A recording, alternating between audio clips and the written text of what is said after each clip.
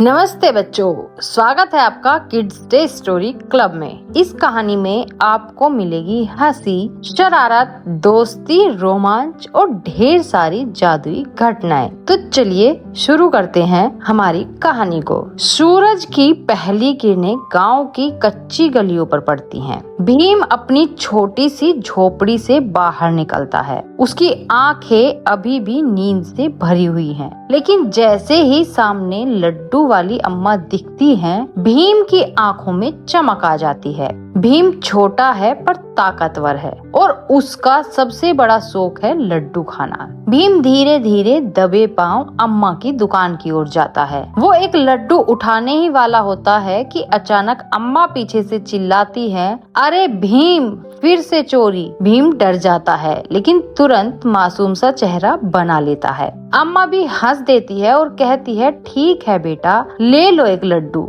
लेकिन ज्यादा मत खाना। भीम झट से 3 लड्डू अपने मुंह में ठूस लेता है। गांव के बच्चे हंसते हैं और सब उसके साथ खेलने कूदने लगते हैं। बच्चे कबड्डी खेल रहे हैं। भीम की ताकत का तो सबको पता ही है। वो अकेले ही 5 बच्चों को छूकर भाग निकलता है। सब कहते हैं ये तो चीटिंग है। भीम हंसता है और घास पर लोटपोट होकर नाचने लगता है। भीम की शरारतें गांव की जान थी। उसके बिना बच्चों का खेल अधूरा था। खेलते खेलते बच्चों का झुंड गांव से दूर जंगल की ओर चला जाता है। जंगल घना था, वहाँ हल्की हल्की धुंध थी। पेड़ों से अजीब सी सरसराहट की आवाजें आ रही थी। एक बच्चा डरकर कहता है, चलो वापस चलते हैं, ये जगह ठीक नहीं है। लेकिन भीम सबसे आगे दौड़ता है और कहता है, डरने की क्या बात है, मैं हूँ ना। अचानक उसकी नजर जमीन पर पड़ती है। वहाँ कुछ चमक रहा था। भीम पास जाकर देखता है, वो था चमचमाता हुआ मोरपंख। जैसे ही उसने उसे अपने हाथ में उठाया, एक नीली रोशनी फैली और पूरे जंगल में हवा तेज बहने लगी। बच्चे हैरान रह गए। भीम मोरपंख को घुमाता है और अचानक पास के पेड़ से ढेर सारे आम नीचे गिर जाते हैं। सब बच्चे खुशी से आम खाने लगते हैं।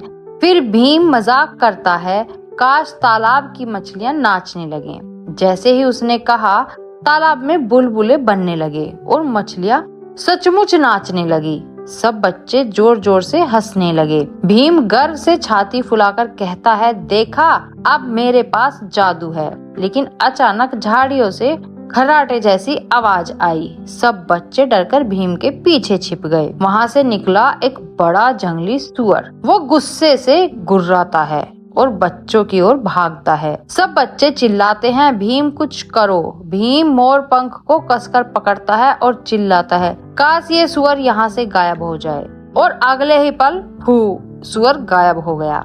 सब बच्चे तालियां बजाते हैं, लेकिन भीम सोच में पड़ जाता है, ये जादू बहुत मजेदार है पर खतरनाक भी है। बच्चे मोर की बात किसी को नहीं बताते, पर भीम उसे अपनी छोटी सी पोटली में छिपा लेता है। उन्हें नहीं पता था कि ये मोर पंख सिर्फ खेल की चीज नहीं है, इसके पीछे एक बड़ा रहस्य छिपा है। रात को जब सब सो रहे थे, आसमान में बिजली कड़की और जंगल के बीच एक काली परछाई जाग उठी। वो फुसफुसा रही थी, मेरा जादुई मोरपंख। वो किसी बच्चे के पास कैसे पहुंचा? मुझे उसे वापस लाना होगा। रात का अंधेरा गहराता जा रहा था। गांव के चारों ओर शांति थी, लेकिन जंगल की गहराई से अजीब अजीब आवाजें आ